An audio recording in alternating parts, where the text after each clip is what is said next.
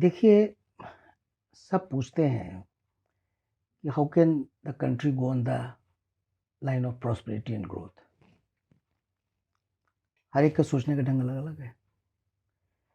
मेरा सोचने का एक ढंग था और वो ढंग ये था कि अगर देश में पैसा आएगा,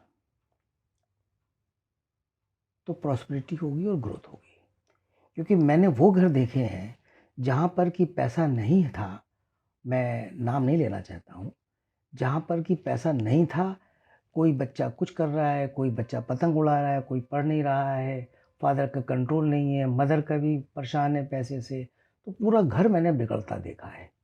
और मैंने उन घरों को भी देखा जहाँ पैसा था और पैसा होने की वजह से अपने बच्चों को अच्छी एजुकेशन दे सके, फादर का कंट्रोल रह सका, घर में हर प्रॉस्पेरिटी बैलेंस रह चुका और सबसे बड़ी बात फादर का कंट्रोल रह चुका। एक बड़े आदमी का कंट्रोल होना ज़रूरी होता है। तो ये सारी चीज़ें रह सकीं। तो सवाल क्वेश्चन आता है कि पैसा कहाँ से आए? मैं समझता हूँ, मुझे नहीं मालूम आज के लोगों की फीलिंग्स क्या हैं। मेरी अपनी फीलिंग्स है जो मैं खुले दिल से कह रहा हूँ। मैं समझता हूँ कि घर एक यूनिट है, उसी तरीके से स्टेट एक यूनिट है, उसी तरीके से कंट्री कंट्री एक लार्जर यूनिट है। है तो छोटे यूनिट मिला के बड़ा यूनिट बना हुआ है। आप अपने देश को अगर अपना समझेंगे और उसकी फीलिंग को समझेंगे, तो आप अपने देश के लिए बहुत कुछ कर सकते हैं। और इन्हीं फीलिंग के साथ में मैंने भारतीय फाउंडेशन और लीगल सपोर्ट, भारतीय सोसाइटी और लॉ फर्म का भी मेरे एक ऑब्जेक्ट है कि जहाँ सोशल वर्क करे उसको पहले करो।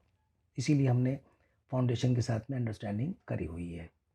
तो मुझे लगा कि मैं लॉयर हूँ, मुझे कुछ देश के लिए करना चाहिए और पैसा तो सब कमा लेते हैं, देने वाले ने तुझको बहुत दिया, आँचल भी ना समा पाए तो क्या है।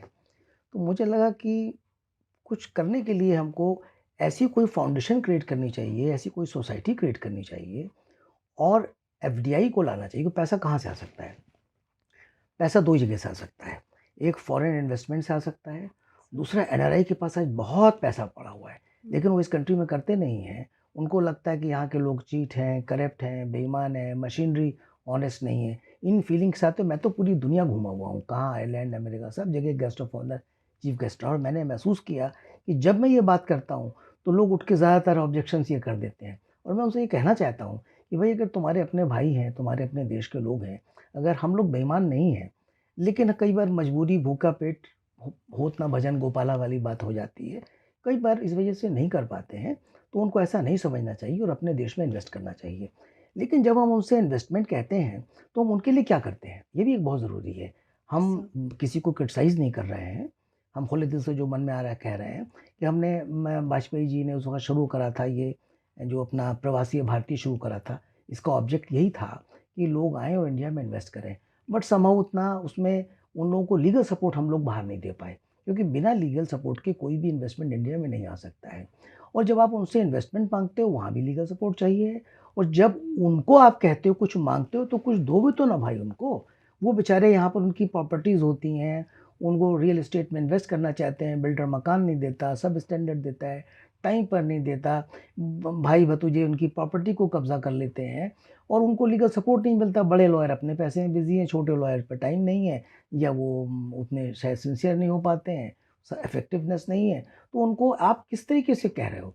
तो इस ऑब्जेक्ट को देखकर मैंने सोचा, और मेरा कांसेप्ट भी यही है कि उनको हम एफडीआई लाने के लिए एक फॉरेन इन्वेस्टर को एनलाइटन करना चाहिए कि भाई हम उनको एनलाइटन कैसे कर सकते हैं लॉ के ऊपर, जिससे कि उनको लगे कि इंडिया में लॉन्ग पेंडिंग लिटिगेशंस नहीं होंगे और वो परेशान नहीं होंगे। जैपनीज़ तो बहुत परेशान होते हैं, क्योंकि हर एक में तो कोई लीवर प्रॉब्लम्स हो जाती हैं और उससे बहुत घबराते हैं वो।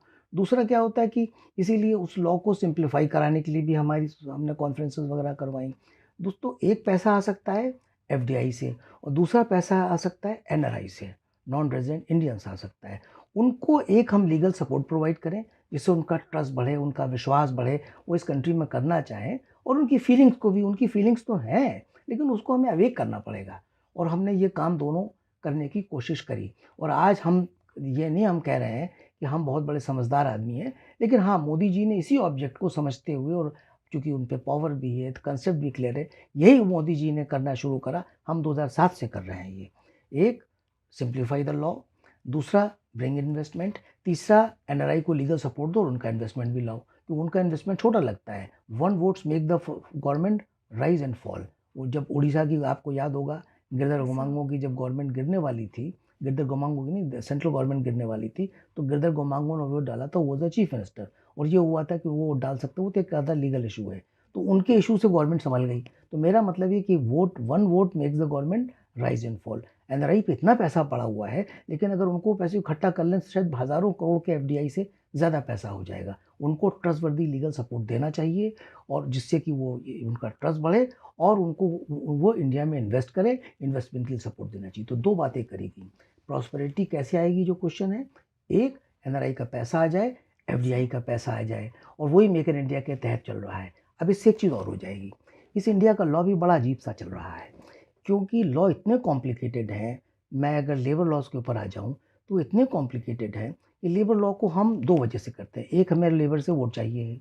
दूसरा, हम समझते हैं कि this country is rich in human resources, तो उनको हम प्रोटेक्ट करना चाहते हैं। हमारा हमेशा, हमने एक आर्टिकल लिखा था, एक आई लीड इंडिया मैगजीन निकलती थी जो यूके में जाती थी, रतन टाटा जी ने उसे बहुत सपोर्ट करा था। ही नोज मी पर्सनली, और उन्होंने मुझे बहुत सपोर्ट किया है। I am so thankful to Shri Tata ji. उसमें मैंने यही बात लिखी थी कि भाई, अगर आप इस कंट्री के अंदर पैसा इन्वेस्ट करेंगे तो नई नई अपॉर्चुनिटीज़ आएंगी, नई नई इंडस्ट्रीज़ लगेंगी, और जब नई नई अपॉर्चुनिटीज़ बनेंगी तो जॉब अपॉर्चुनिटीज़ बढ़ेंगी, और उससे जो एम्प्लॉयर जो जो यूनिलैटरल टर्म डिक्टेट करता है, जिसकी वजह से हम लेबर लॉ को कॉम्प्लिकेट करते चले जा रहे हैं। लेबर लॉ को कॉम्प्लिकेट क्यों कर रहे हैं हम? सभी लॉ को कर रहे हैं, बट लेबर लॉ का एग्जांपल ले रहा हूँ मैं। क्यों कॉम्प्लिकेट कर रहे हैं? एक तो वोटिंग चाहिए होती है, क्योंकि वर्कर्स हैं सारे, ह्यूमन रिसोर्स रिच कंट्री है ये। दूसरा होता है कि हम उनको प्रोटेक्शन भी देना चाहते हैं, तो हम बजाय लॉ को सिंपल करें उसको कॉम्प्लिकेट करते चले आ रहे हैं, और जब कॉम्प्लिकेट करेंगे तो उसका इंटरप्रिटेशन ज़्यादा होगा, उसकी प्रॉब्लम ज़्यादा होंगी, और जब प्रॉब्लम ज़्यादा होंगी तो कोर्ट में, लोअर कोर्ट से सुप्रीम कोर्ट तक हम ट्रेवल करते चले जाएंगे, और उसका एडवर्स इम्पैक्ट क्या पड़ेगा? फॉर इन्वेस्टमेंट नहीं आएगा, क्योंकि लॉन्ग पेंडिंग लिटिगेशंस होंगी। हम कहते हैं कोर्ट बढ़ाओ, जज बढ़ाओ, ये करो, वो करो, तो उससे फिर वो एडवर्स होगा। तो इसलिए बहुत ज़रूरी था कि हम इन्वेस्टमेंट को लाएँ। नटशेल में जॉब अपॉर्चुनिटीज़ बढ़ेंगी, जब जॉब अपॉर्चुनिटीज़ बढ़ेंगी तो यूनिलैटरल एम्प्लॉयर अपने टर्म्स डिक्टेट नहीं करेगा, बैलेंस ऑफ पावर, क्योंकि एम्प्लॉय के पास भी दूसरा रास्ता है, वो चला जाएगा कहीं और। तो nobody wants to lose a expert employee, and there is no noose which can hang a person. आप समझ रही हैं ना बात को? Yes, sir. कोई भी ऐसा फंदा नहीं बना है कि कोई काम ना करना चाहे सो ज़बरदस्ती काम करा ले। If a Right, worker sir. Doesn't want to work, तो है, उसके Right. मन में भावना होनी चाहिए, उसके मन में कॉम्पिटिटिव स्पिरिट्स को आप ख़त्म कर देते हो। जब आप लॉ को इस तरीके से करते हो, तो प्रोटेक्शन देते चले जाते हो, तो वर्कर लेथार्जिक हो जाता है। हर आदमी कॉम्पिटिटिव स्पिरिट्स ख़त्म हो गई, तो लेथार्जी बढ़ती चली गई, और आप उल्टी साइकिल पर। पहला क्या हुआ? कॉम्पिटिटिव स्पिरिट ख़त्म हो गई, लेथार्जिक हो गए आप में चैलेंजिंग भावना नहीं रह गई, वो स्पिरिट्स नहीं रह गई कि आपको तो प्रोडक्शन मिल गया, कॉम्पिटिटिवनेस रही नहीं है। उससे लॉ कॉम्प्लिकेट हुआ तो डिस्प्यूट ट्रैवल करती चली गई, तो साइकिल उल्टी चलती चली जा रही है। होना क्या चाहिए कि जब इंडस्ट्री प्रॉस्पेरिटी आएगी तो बैलेंस ऑफ पावर हो जाएगा, वर्कर भी नहीं जाएगा, एम्प्लॉयर भी नहीं करेगा, गो स्लो स्ट्राइक्स नहीं होंगी, लॉ सिंपल हो जाएगा, और हम लोग कंट्री जो है will grow on the line of growth and prosperity. तो मेरी समझ में सबसे पहले ये आता है कि पैसा, सबसे पहले एफडीआई से और एनआरआई से पैसा लाने की कोशिश करनी चाहिए। मैं भी खाली इतना ही कहना चाहूँगा, वरना वरना हम कुछ बातों पे और भी बोलेंगे जो अगले वीडियो में आप उसको देख सकते हैं। Okay, आप sir. कुछ कहना चाहती हैं इस बारे में? No, sir. Thank you, sir.